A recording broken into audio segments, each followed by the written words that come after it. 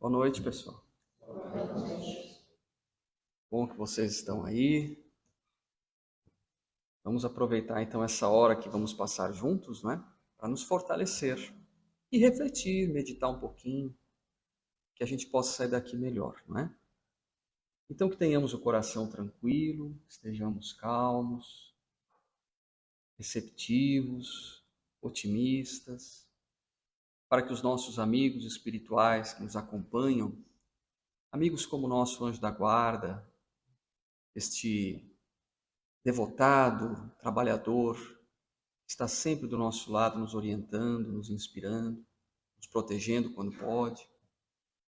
Os mentores aqui desta casa também, que neste momento estão olhando por nós, desde o instante que decidimos vir aqui e principalmente quando entramos aqui, eles já estão olhando por nós. Então que eles possam nos enviar as boas energias, as vibrações salutares, que são responsáveis pelo nosso fortalecimento, pelo nosso reequilíbrio, pela nosso pensamento ficar mais arejado, e assim, nesta condição mais segura, possamos enfrentar e superar os nossos desafios.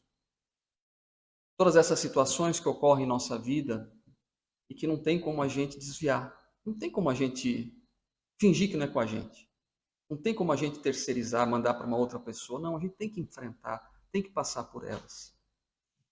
E por mais que elas sejam difíceis, e alguns de nós talvez estejam passando por momentos muito delicados, muito difíceis, são essas situações que se apresentam em nossa vida como provas, como expiações, responsáveis por estimular o nosso crescimento.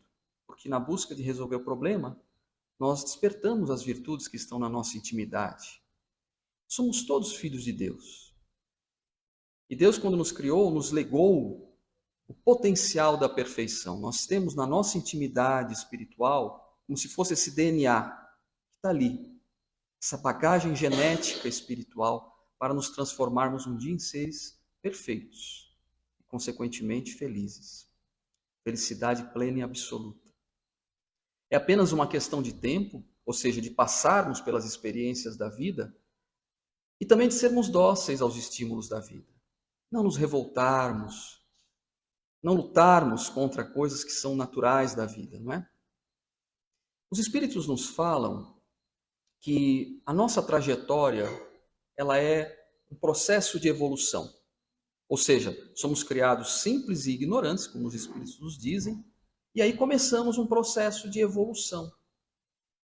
Só que essa evolução, ela não é algo aleatório, não é algo assim, você foi criado e agora se vira. Não. Ela foi muito bem planejada para dar certo. Ela foi estruturada. Nós temos para isso, para essa nossa trajetória evolutiva, amigos, companheiros, protetores, que estão sempre nos estimulando a esse crescimento. No livro A Caminho da Luz, que é um livro do Espírito Emmanuel, da psicografia de Chico Xavier, que fala mais ou menos da evolução, da trajetória da nossa sociedade, do nosso planeta e, consequentemente, da nossa sociedade. Esse livro, no início do livro, no comecinho, no primeiro capítulo, Emmanuel nos diz mais ou menos o seguinte, que rezam as tradições do mundo espiritual, que na diretriz de todos os eventos do nosso sistema, existe uma pleiade, uma comunidade de espíritos puros, nomeados por Deus. E dentre estes espíritos puros, crísticos, está o nosso Mestre Jesus, que recebeu de Deus justamente essa tarefa, de nos conduzir, de formar primeiro um planeta que fosse compatível com a vida, e depois começasse a administrar a nossa evolução. E isso começou a acontecer, não é? A história nos fala que o nosso planeta tem aproximadamente, a ciência, né, nos fala isso, aproximadamente 4,5,6 bilhões de anos. Então, desde aquela época, Jesus já está comandando isso, já está controlando isso. Ele controlou o resfriamento do planeta, a estabilização desse planeta para que pudesse chegar no momento que estamos agora, de temperatura, né, de pressão, de psicosfera, de atmosfera, para que começasse a ocorrer ali o aparecimento da vida orgânica, e que tem como seu ápice o ser hominal que somos nós, não é? E diz também algumas falas poéticas, por exemplo, do Livro dos Espíritos, nos fala que a nossa evolução é do átomo ao arcanjo. Talvez se fosse hoje falar, eles iam falar que é do quanta ao arcanjo, né? Porque hoje nós já sabemos que o átomo tem subpartículas. Então quer dizer o quê? O que ele está falando dizendo isso daí? Mas o átomo não é espírito. O átomo é matéria. Aí nós temos que relembrar alguns conceitos também da doutrina, não é? Que no universo existem 3 elementos principais. Deus, que é a causa primária de todas as coisas, a inteligência suprema. Existe o princípio material, que é representado pelo fluido cósmico universal, e dele se derivam todas as expressões da matéria, desde as mais sutis, das energias, das vibrações, até aquelas mais grosseiras, mais densas, como o nosso corpo, como esta peça de madeira aqui, como as expressões do mundo mineral. É a derivação, princípio material. Tudo é derivado do fluido cósmico universal. E tem o princípio inteligente, que somos nós, os espíritos. Então esses 3 elementos compõem o universo. E o princípio inteligente, ele não começa a sua trajetória evolutiva consciente. Ele vai sendo quintessenciado, elaborado ao longo das experiências junto com a matéria. Então, por isso o dizer do átomo ao arcanjo. Naquele átomo ou naquele quanta, já existe ali a presença unida de um princípio inteligente. Tem uma frase também muito interessante, que é atribuída a Leon Denis, que foi contemporâneo de Allan Kardec, né? Leon Denis, francês, que diz o seguinte, que o espírito, ele dorme no reino mineral ou na pedra, ele sonha no reino vegetal, ele se agita no reino animal, quase desperta, e ele desperta no reino hominal. Então esse é o processo da nossa evolução. Ou seja, desde o reino vegetal, do reino mineral, nós já estamos ali nos sensibilizando. Mas aí chega um momento em que André Luiz nos fala de onda de pensamento contínuo, quando nós começamos a ter consciência que aí sim começa a nossa trajetória como espíritos. Porque até então éramos espíritos, no dizer de Kardec, com E minúsculo. A partir desse momento de onda de pensamento contínuo, porque até então é onda de pensamento fragmentada, não temos consciência. Mas a partir do momento que esse espírito é individualizado, que esse princípio inteligente é individualizado, ocorre a onda de pensamento contínuo e aí nós começamos a nossa trajetória evolutiva. E as primeiras experiências são praticamente instintivas. Nós temos muito mais determinismo, que são aquele conjunto de fatores e situações que somos apresentados, somos colocados, que nós não ajuizamos. Só que aí começam as experiências, né? Encarna, vivencia, desencarna, reencarna, vivencia, desencarna. E aí nós começamos a avançar. E quando começamos a avançar, começam a ser pulverizado, podemos assim dizer, nos 4 cantos da nossa sociedade, aquilo que se chama revelação. Nos 4 cantos do nosso planeta começaram a aparecer as revelações, que são aquelas informações de caráter absoluto, porque vem do alto, vem de Jesus, em nome de Deus, vem de Jesus, através daqueles espíritos um pouco mais arejados, um pouco mais evoluídos, que são os profetas, que são os médiuns, que são os gurus, que são os mestres, para justamente começar a conduzir a nossa evolução, para nos chamar a atenção para tomarmos uma direção. Isso acontece nos 4 cantos do planeta. Mas, por um ponto de vista judaico, cristão, espírita, é importante a gente determinar isso, porque esse é apenas um ponto de vista. Porque se você for, por exemplo, fazer essa reflexão no meio de uma cultura asiática, por exemplo, oriental, eles não têm essa visão. Mas isso não significa que não existiram revelações lá, como, por exemplo, trazidas por Buda. Buda era um emissário do Cristo, sem dúvida nenhuma. Ou por aqueles sábios gregos, né, pré-socráticos, depois Sócrates, Platão, que inclusive contribuíram também com a sua ideia, os seus pensamentos, para a codificação da doutrina espírita. Mas por esse ponto de vista judaico-cristão espírita, 3 grandes revelações. A primeira delas veio com Moisés veio com Moisés quando nos falou os 10 mandamentos, quando nos apresentou os 10 mandamentos. Um verdadeiro código moral. E os 10 mandamentos são tão assim significativos que são a base das principais constituições do nosso planeta. Não ipsis literis, né? Não literalmente, mas o seu conteúdo de princípios, de obrigações, estão fazendo ali a estrutura das principais constituições, né? E Moisés trouxe o caráter dos 10 mandamentos, era o da justiça. Porque aquele povo, aquela sociedade da época era muito brutalizada, era assim, quase que ainda primitiva. E era necessário ela despertar valores morais. Então Moisés nos trouxe e também nos apresentou um Deus que era, de certa forma, austero. Era necessário ele ser austero. Ele tinha que ter uma conotação até punitiva para que essa mensagem de justiça fosse impregnada nas pessoas, na sociedade daquela época. Passou um período de evolução da nossa sociedade. Alguns dizem que foram 8 séculos, outros que foram 12 séculos, outros 10 séculos, não importa. Um período de avanço, de amadurecimento, nós tivemos a segunda grande revelação, que sem dúvida o momento mais iluminado, mais especial do nosso planeta, que foi a vinda de Jesus. Jesus não veio, deixou muito claro que ele não veio derrogar a lei. Ele não veio dizer, olha, esqueçam que Moisés apresentou para vocês, esqueçam que a Torá, né, que são aqueles livros do Velho Testamento, isso não tem nada a ver. Muito pelo contrário.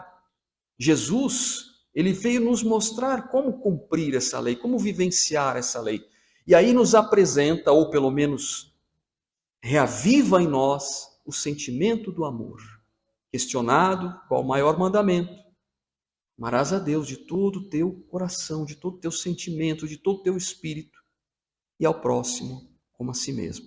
Dizendo que toda a lei está ali registrada nesta postura, nessa proposta de amar. E aí passou, portanto, um período. Vamos falar, por exemplo, do caráter da segunda revelação. É justamente esse amor.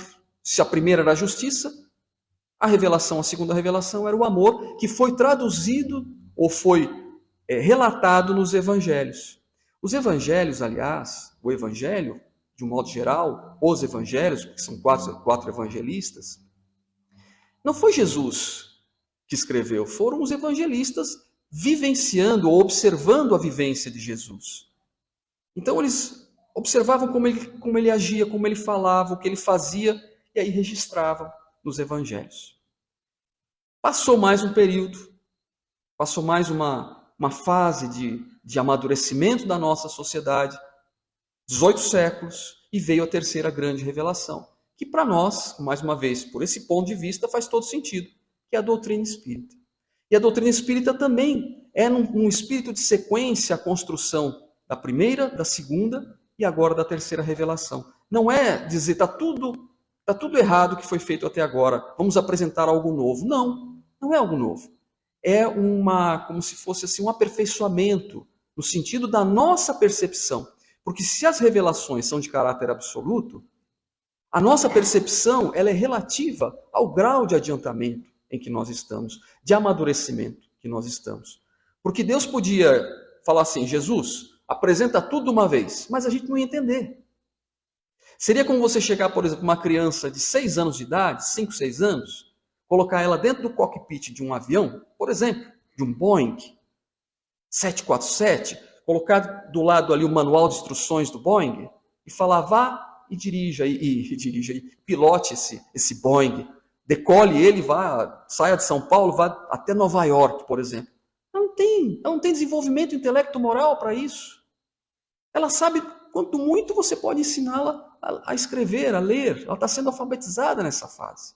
Mas se você esperar um pouco, ela vai passar pelas fases da escola. Daqui a pouco ela vai fazer o 2º grau. Daqui a pouco ela vai entrar numa faculdade de engenharia aeronáutica. Vai fazer um curso específico na Boeing. E aí sim ela pode estar preparada para dirigir, para pilotar esse avião. Assim somos nós nesse processo evolutivo. Muitas revelações ainda virão, quando a gente também estiver preparado para recebê-las. Existe uma metáfora muito interessante no livro O Consolador, que é um livro de psicografia de Chico Xavier do Espírito Emmanuel. Aliás, um livro que fica aí a sugestão para que a gente leia, livro de perguntas e respostas, que fala também um pouco dessa nossa evolução. E lá ele diz assim, uma metáfora, né? Se fôssemos comparar as 3 revelações com uma construção, com uma edificação, a primeira revelação seria o fundamento, seria a base da construção. E a base, ela tem que ser algo assim pesado, não é? O alicerce, quando a gente vai ver fazendo, não é? Você vê que eles usam aquelas brocas, aqueles batistacas, não é? Depois vem aquele concreto, aquelas toneladas de concreto, aquelas ferragens. É algo pesado. E precisava ser assim na primeira revelação, porque era um povo muito brutalizado. A segunda revelação representa a edificação propriamente dita. Jesus nos apresentou o que é de valor da vida. É quando a casa sobe as paredes, o telhado, as esquadrias, né? Aí você começa a ver como é funcional essa casa, uma casa segura, uma casa bonita, né? Tão bacana você ver uma edificação ou um edifício quando ele está pronto, todo pintado, todo acabado. É a segunda revelação, a mensagem do amor. E a terceira revelação, o Espiritismo, a doutrina espírita, é como, metaforicamente falando, quando nós nos apossamos dessa edificação, quando nós entramos na casa e começamos a usufruir desta edificação, do conforto que ela nos dá, da segurança que ela nos dá, do prazer que é estar dentro dessa casa, que é olhar, né? Que é você chegar assim, por exemplo, numa janela e apreciar o céu, as estrelas, enfim. E a terceira revelação, portanto, a doutrina espírita, é isso que nós estamos agora aqui procurando entender, procurando refletir. A doutrina espírita nos fala uma coisa, que nós estamos num momento de transição planetária. Não é também segredo para ninguém tudo isso. E nem é só a doutrina espírita que fala. Muitas outras religiões, muitas outras expressões religiosas nos falam que nós estamos num momento de mudanças, não é? Então, esse momento de mudança é um momento onde muitas coisas acontecem. E é fundamental que tenhamos, nesse momento, um posicionamento diante da vida. Porque vai mudar. E nós precisamos estar alinhados a essa mudança. Nós aprendemos também na doutrina espírita que existem mundos inferiores e mundos superiores. E mundos intermediários. Os mundos inferiores são os mundos primitivos, onde os espíritos fazem as suas primeiras experiências. Os mundos de provas e expiações, que é esse que nós estamos agora. A gente fala mundos, significa o quê? O reflexo da sociedade, né? É o reflexo dos habitantes desse mundo. Mundo de provas e expiações, que é esse que nós estamos agora. Porque nós avançamos no nosso processo evolutivo, mas ainda nos equivocamos muito. E aí nós temos que passar por expiações, né? É o momento que nós estamos vivendo hoje. Um momento ainda de muita dificuldade, de muito sofrimento, de muita dor. Um momento onde ainda prevalece muito o materialismo, o orgulho. Basta olhar aí fora, né, gente? Essas guerras.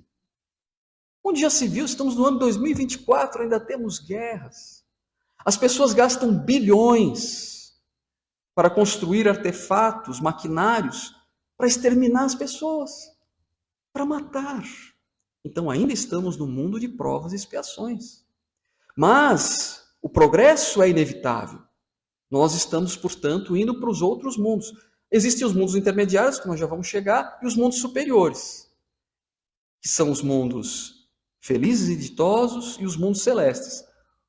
Os mundos celestes, não adianta nem a gente querer falar alguma coisa que está tão distante de nós que é pura especulação. Mas entre os mundos inferiores e os mundos superiores, existem os mundos de transição. E nós estamos justamente no momento, que são os mundos de regeneração, no momento entre um mundo inferior passando para um mundo de transição. É a transição planetária. Não confundir mundos de transição com transição planetária, não é? Então, para que nós possamos estar aqui nesse planeta, quando ele efetivamente se mostrar um mundo de regeneração, nós precisamos ter compatibilidade vibratória. Ou seja, nós precisamos ter sentimentos compatíveis com este mundo, porque senão a gente não vai reencarnar aqui. Nós vamos reencarnar num planeta ou em uma outra sociedade semelhante àquela sociedade que era, por exemplo, o nosso planeta há 30, 40 mil anos atrás. Então imagine nosso planeta nessa idade, né? Hoje, se você está com fome, você vai lá abrir a geladeira. Se não tem nada na geladeira, você pede alguma coisa pela internet, pelo aplicativo de comida, não é? Há 40 mil anos atrás não tinha isso. Você estava com fome, você tinha que, sei lá, matar um animal. Sabe Deus como, né? Depois te extrair dele ali o alimento, né? Você está com frio hoje, você pega um casaco que você comprou numa loja, ou pega um cobertor, ou liga um ar-condicionado. Há 40 mil anos atrás, estava com frio, você tinha que fazer uma fogueira. Ou pegar a pele daquele animal que você matou e se vestir. Então, se a gente não está querendo voltar para essa realidade, nós temos que nos posicionar. E nos posicionar hoje significa nos alinhar com a proposta de Jesus. Porque Jesus deixou para nós, de uma forma muito clara, o roteiro para avançarmos nesse processo evolutivo, que é o seu Evangelho. Não é? Nós conhecemos o Evangelho, que é relatado pelos evangelistas, mas nós temos também o Evangelho segundo o Espiritismo. Esse livro aqui, eu estava vendo, ó, esse livro aqui foi adquirido pela casa em 2017. E em 2017, ele tinha sido já vendido 4 milhões de exemplares. Nós estávamos agora no fevereiro, se eu não me engano, não, em março, na conferência do Paraná, e teve uma nova edição também dessa mesma editora, 5 milhões de livros vendidos, o Evangelho segundo o Espiritismo. Então, é o livro mais vendido da doutrina espírita. E não é por acaso, porque ele deve ser o nosso roteiro a ser seguido. Ele deve ser aquele livro que está na nossa cabeceira, para que a gente possa tomar ele como inspiração, quando a gente precisa tomar uma decisão, para nos consolar quando nós temos alguma dificuldade. Né? Então eu gostaria de aproveitar o tempo que nos resta para fazer uma reflexão em alguns pontos, alguns trechos deste livro aqui, que é tão edificante para nós. Não é? Eu gosto muito daquela parte do Evangelho que fala das bem-aventuranças. Né? As bem-aventuranças, como nós já gostamos de dizer, é quando Jesus apresenta a sua plataforma. Né? Quando Jesus, quando ele faz o Sermão da Montanha, é aquele momento onde ele nos apresenta efetivamente o que nós precisamos desenvolver para avançar, para chegar ao reino dos céus. O reino dos céus para nós, nesse momento, é um mundo de regeneração. É um mundo onde nós teremos uma facilidade maior na nossa vida. Teremos algumas dificuldades, com certeza, mas, por exemplo, as doenças terão cura. Nós sofreremos menos com as doenças, teremos menos desigualdade social, né? A fome não existirá mais quando estivermos plenamente inseridos no mundo de regeneração. Então é um mundo melhor, né? Queremos ir para esse mundo, então precisamos nos alinhar. Então, as bem-aventuranças é como Jesus nos apresenta o que precisamos desenvolver, por exemplo, para nos afinizarmos vibratoriamente com o mundo de regeneração. Por exemplo, então, as bem-aventuranças começam ali no capítulo 5, onde o capítulo 5 tem o título Bem-aventurados os aflitos. E sabia que esse é o capítulo mais consultado. Por que será, né? Porque as aflições fazem parte da nossa vida. Mas nesse capítulo, Kardec e os espíritos superiores nos falam que existem causas anteriores das aflições, que existem causas atuais das aflições. Nos fala que existe o bem e o mal sofrer. Como é que é isso? Né? Então quer dizer que sofrimento tem como eu sofrer bem ou sofrer mal? Sim. O sofrimento em nossa vida não é uma punição. A gente até pouco tempo atrás achava isso, né? Que era castigo o sofrimento. Mas não. Todo sofrimento ele tem um caráter de nos ensinar alguma coisa. É pedagógico. Vem o sofrimento em nossa vida para nos dizer assim, olha, tome uma outra decisão, tome um caminho diferente. E se nós aceitarmos essa proposta, nós realmente mudamos e saímos do sofrimento. Agora, se a gente fica revoltado, se a gente fica se queixando, às vezes até a gente culpa os outros pelo nosso sofrimento, É muito comum isso. Se vitimiza. Aí esse sofrimento não acaba nunca. Ele é perpetuado, ele é amplificado. Por isso que Jesus falou, olha, bem-aventurados os aflitos, porque serão consolados. Mas quem será consolado são aqueles que seguem a sua proposta, que aceitam esse jugo.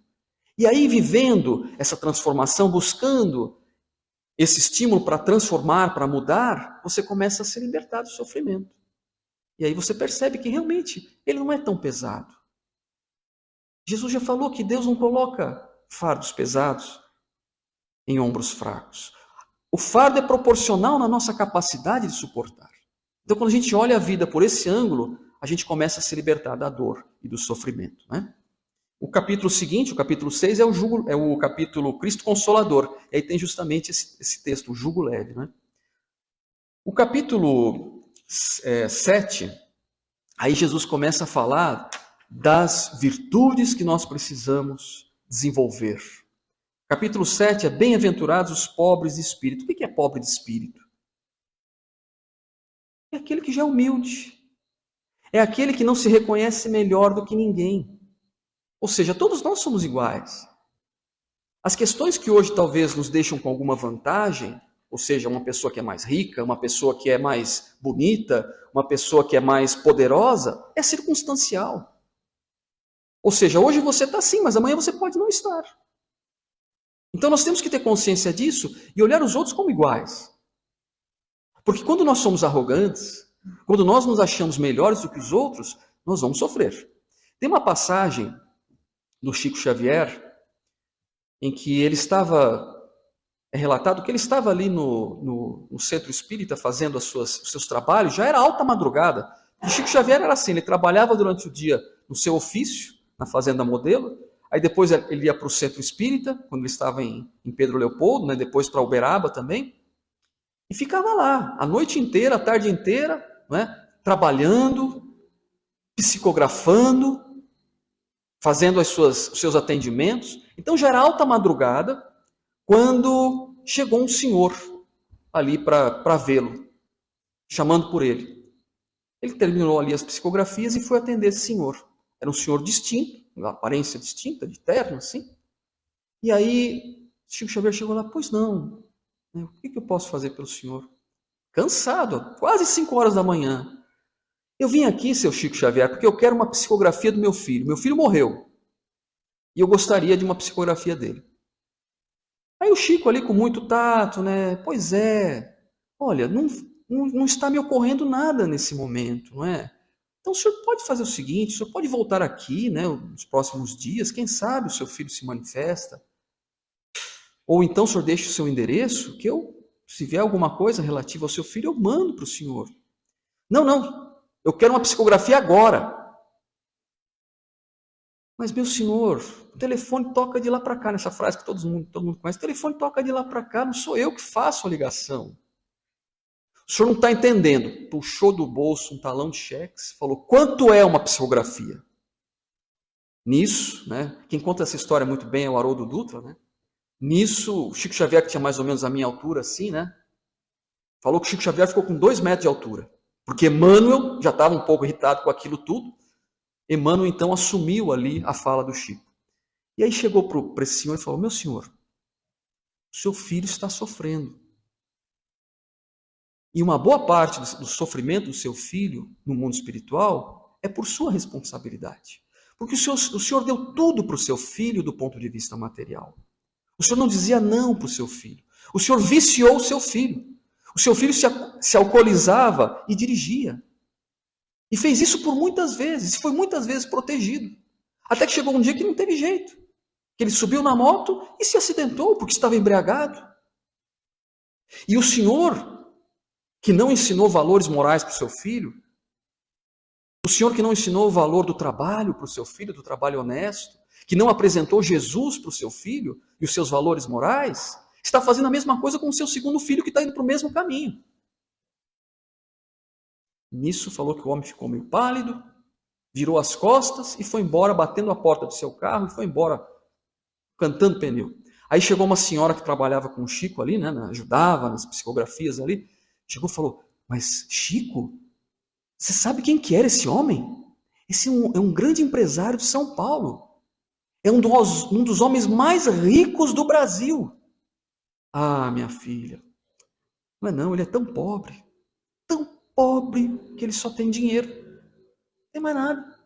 Ou seja, era arrogante, não era humilde. Então, se nós queremos avançar para o reino dos céus, para o mundo de regeneração, temos que ser humildes. Esse é o capítulo 7. O capítulo 8 é bem-aventurados os que têm puro coração. Quando Jesus nos fala isso, puro coração, significa, está falando dos nossos sentimentos, né, gente? E aí ele fala, primeiro texto, ele fala, deixai vir a mim as criancinhas. Ué, onde é que está aqui? Mas enfim, deixai vir a mim as criancinhas. É uma parte desse capítulo ali. Todo mundo sabe dessa história, né? Jesus estava ali, aí começaram a trazer umas criancinhas ali para Jesus, abençoar e tal. E aí os discípulos ficaram incomodados com aquilo e falaram, não, vou para lá tal. Ele falou, não, deixai vir a mim as criancinhas, porque em verdade vos digo que ninguém pode entrar no reino dos céus se não se assemelharem como elas. Ele não está dizendo que a gente precisa ser criança para entrar no reino dos céus. Ele está dizendo que a gente precisa ser semelhante à criança, precisa ter pureza de coração. Porque a criança é assim, né? A criança, a gente sabe que é um espírito como nós, às vezes até mais velho que nós, mais endividado do que nós. Mas naquela fase da infância, ela é pura, ela sorri com facilidade, né? Ela acredita na gente, ela acredita no adulto. Ela se contenta com pouca coisa, ela não guarda rancor. Então é isso que nós precisamos fazer. Ter puro coração. Porque o nosso coração está maculado, né, gente? Vamos falar a verdade. Muitas vezes com malícias, muitas vezes com maledicências, muitas vezes com egoísmo, com orgulho, enfim, com todas essas dificuldades do nosso sentimento. Então a gente precisa se purificar o nosso coração, não suspeitar mal. A caridade é assim, a caridade não suspeita mal, né, como nos diz o apóstolo Paulo. E aí tem uma passagem do Chico também. Ele estava, na verdade, estava sendo entrevistado por um jornalista, né? E aí o jornalista perguntou assim para ele, Chico, você podia me dizer um dos momentos que foi mais gratificantes na tua vida, em virtude do teu trabalho, né, como médium, enfim, né? E aí ele, meu filho, teve um dia que eu estava um pouco atrasado, porque eu precisava ir ao cartório apresentar uma documentação, e eu já estava atrasado, eu falei, vou pegar o ônibus, que passa aqui em frente, e vou descer ali perto do cartório, porque vai dar tempo. E o ônibus, ele já viu o ônibus estava vindo, falou, opa, vai dar tempo. E quando o ônibus estava chegando, ele escutou chamar o nome dele. Tio Chico, tio Chico. Aí ele ficou aturdido, olhou, era uma criança, um menino, um jovem, uma criança de 6 anos, um menininho, 5, 6 anos, que corria na sua direção. E ele vendo o ônibus chegando, a criança chegando também, ele falou, o que eu faço, né? Aí parou o ônibus, ele falou, não, eu não vou deixar a criança. O senhor pode ir, né? Falou para o motorista, foi embora. E a criança veio. Ele falou, nossa, ela deve estar precisando de alguma coisa. E aí ela foi chegando perto dele, gritando, ele se abaixou. Ela chegou e falou, meu filho, mas o que é? O que está acontecendo? Por que você está assim? Não, tio Chico, é que eu vim aqui que eu queria te dar um abraço. E aí abraçou o Chico. E aí ele fala que esse foi um dos momentos mais felizes da vida dele. Por causa da pureza da criança. Não é? Precisamos então ter puro o nosso coração, acreditar, ter esperança, é isso, né? O próximo capítulo é bem-aventurados os brandos e pacíficos. Então o que está querendo dizer Jesus para nós com isso? Que nós não vamos entrar no mundo de regeneração se nós não tivermos esta qualidade moral, da brandura, de sermos pessoas assim pacíficas, sermos gentis. Consequentemente, a gente tem que abrir mão da nossa agressividade, da nossa impaciência, não é? Da nossa intolerância. Primeiro porque nós vamos ficar doentes. Quem é uma pessoa agressiva, quem é uma pessoa, ela fica doente, é inevitável. Porque é contrário à lei de amor. Tudo que é contrário à lei de amor e a agressividade é contrária. No Evangelho fala que até a expressão, você falar, né? Fala do haka, que era uma expressão usada assim com desprezo pelas pessoas, pelos judeus na época, já era uma atitude descortês, já era uma questão contrária à lei de amor. Isso então faz com que você o quê? Você desarrume o teu perispírito, que vai gerar consequências no teu corpo. Não é? E uma certa vez, mas isso não é fácil não, viu gente? A gente ser brando e pacífico é um processo, mas a gente tem que saber que a gente tem que desenvolver essa virtude. Tinha uma fase, uma época, que o Chico Xavier ficou muito incomodado com algumas discussões que estava tendo no centro que ele trabalhava. Algumas discussões no campo da mediunidade. Então, era assim, as pessoas queriam fazer de um jeito, aí como ele era médium do grupo ali, não médium importante, ele acabava se envolvendo nas discussões. Não discussão, né, de gritaria, essas coisas, mas discussões, assim, às vezes uma palavra um pouco mais ríspida e tal. E aí ele chegou e a sua mãe apareceu para ele, né, a dona Maria João de Deus, e ele se queixou para a mãe dele, falou: mãe, eu não tô me sentindo bem com essas discussões, eu fico com dor de cabeça, sabe, eu não acho que está legal, mas quando eu vejo, eu estou envolvido nelas. Então o que eu faço, mãe? Ele falou: meu filho, toma água da paz. Todo mundo sabe dessa história, né? Toma água da paz. Ah, água da paz. Dia seguinte ele começou a procurar água da paz nas farmácias de Pedro Leopoldo, não encontrou. Teve que ir para Belo Horizonte a trabalho, procurou lá também a água da paz, não encontrou. Aí ele ficou frustrado, a mãe dele apareceu para ele um outro dia. Mãe, mas a senhora me falou para eu tomar o remédio água da paz, eu não encontrei, não existe esse remédio. Não, meu filho, a água da paz é muito simples. É você pegar um copo d'água e quando começar você perceber que está entrando numa contenda, numa discussão, você dá um gole nessa água. E não engole enquanto não passar o impulso de responder. E é assim, né, gente? Vamos falar a verdade? Se você às vezes retém 5 segundos, 10 segundos aquele impulso de reagir, você evita grandes sofrimentos. Grandes sofrimentos que às vezes vão durar uma vida inteira, as consequências. Então segure, não responda, espere, se acalme. Que aí você vai evitar o sofrimento e a dor. É a água da paz, todo mundo já conhecia, né? A gente tem um termômetro muito fiel para saber se nós já somos pessoas pacificadas, que é o trânsito, né? O trânsito reflete a sociedade, né, gente? Vamos falar a verdade. As pessoas são agressivas em casa, são agressivas com elas mesmas, elas refletem isso no trânsito. Então, se você é aquela pessoa que tem o hábito de buzinar quando é contrariado por alguma coisa, então fique esperto, você tem que trabalhar muito dentro de você. Não estou dizendo que assim, quando a gente precisa buzinar para mostrar, ó, estou aqui, né? Porque as pessoas não estão nos vendo. Mas se você é daqueles que uma pessoa te faz uma fechada, você buzina, então fique esperto, porque você não está pacificado ainda, né? Mas o ideal vai ser o dia em que você tomar uma fechada, não buzinar, deixar a pessoa ir e fazer uma prece para ela. Aí você vai estar pacificado. Mas como é difícil, né? Mas não é fazer uma prece no sentido assim, Pai nosso que estás no céu, cuide dessa pessoa para que ela encontre um poste ali em frente. Não é isso. É realmente pedir a Deus, não se afetar com aquilo e pedir a Deus que cuide dessa pessoa, né? Na sequência, gente, nós vamos ter aqui, bem-aventurados os que são misericordiosos. O que Jesus está querendo nos dizer com isso? Que nós não vamos entrar no reino dos céus se não soubermos perdoar, se não estabelecermos o perdão. É uma condição inevitável para, inclusive, a nossa saúde. Nós precisamos perdoar. Jesus deixou isso muito claro. 7 vezes 7? Não, 70 vezes 7. 490 vezes? Não, é cada atitude você tem que perdoar 490 vezes. Ou seja, sempre.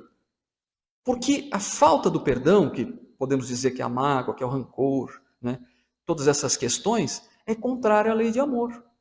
Simples assim. É fácil perdoar? Alguém faz mal para nós, fala mal de nós, né? Nos agride?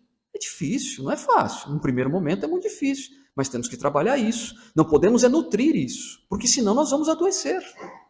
Como 2 e 2 são 4, gente, é inevitável. Se a gente for ver, a gênese de muitas doenças está na falta do perdão.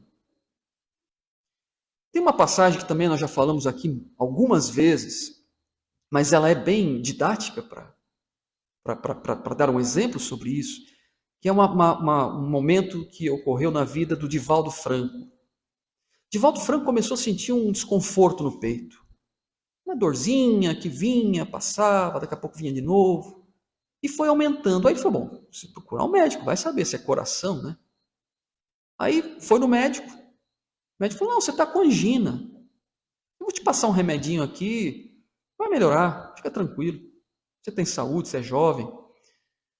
Começou a tomar o remédio, mas a dor não passou. Pelo contrário, ela continuou.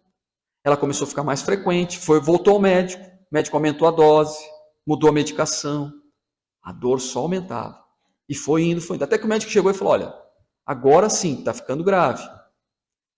Você é refratário ao tratamento, o teu organismo não está assimilando esse tratamento. Então, assim, você tome cuidado, né? Evite emoções, evite muito esforço físico, porque você pode ter um ataque cardíaco fulminante. Ele, tá bom, espírita, né? Aceitou. Tá bom, você vai. Olha só que beleza, vou morrer jovem, né? Oh, você, né? Que beleza, morrer na flor da juventude, né? Aí ele chegou, a Joana de Ângeles apareceu ali para ele em algum momento, ele falou, pois é, minha irmã, eu acho que nós vamos nos encontrar em breve, né?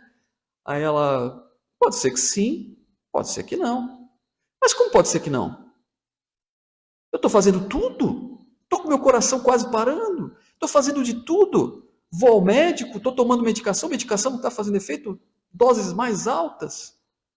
Eu sou espírita, eu tomo passe, procuro manter regrada a minha vida. O que eu preciso fazer? Se olhe no espelho. Falou isso para ele. Se olhe no espelho. E olhar no espelho, aí ele entendeu. Eu preciso olhar para dentro de mim. Aí ele ficou refletindo, ficou pensando, o que eu estou deixando escapar? Tem alguma coisa que está acontecendo que eu não estou fazendo, ou que estou fazendo, que está me causando isso. Refletiu, até que veio o insight. Ah, lembrei. Fazia um tempo que ele tinha sido, assim, massacrado, podemos assim dizer. Foi criticado por um grupo de pessoas de uma instituição. E aquilo deixou ele muito mal. Ele ficou muito chateado porque eram pessoas que ele estimava, falaram mal dele.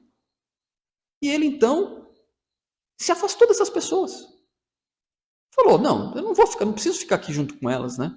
Se afastou desse grupo. Para ele, a princípio, ele tinha perdoado.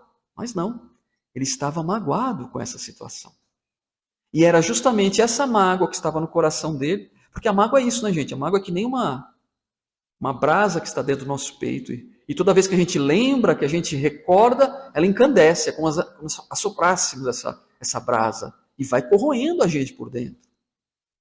Ele falou, bom, então já identifiquei, já fiz o diagnóstico do meu problema, agora eu preciso trabalhar, porque não é tão fácil assim, a gente sabe, não é tão fácil.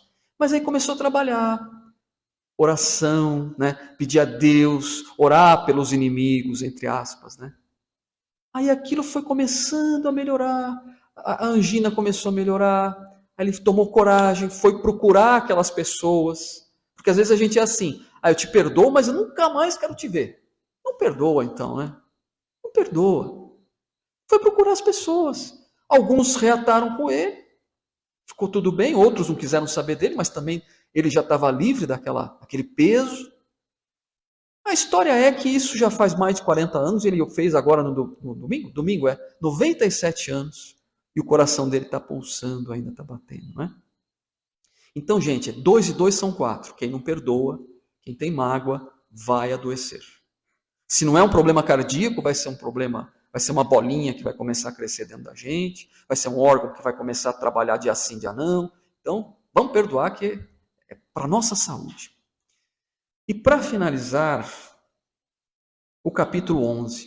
O capítulo 11 é o capítulo que fala o seguinte, amar o próximo como a si mesmo.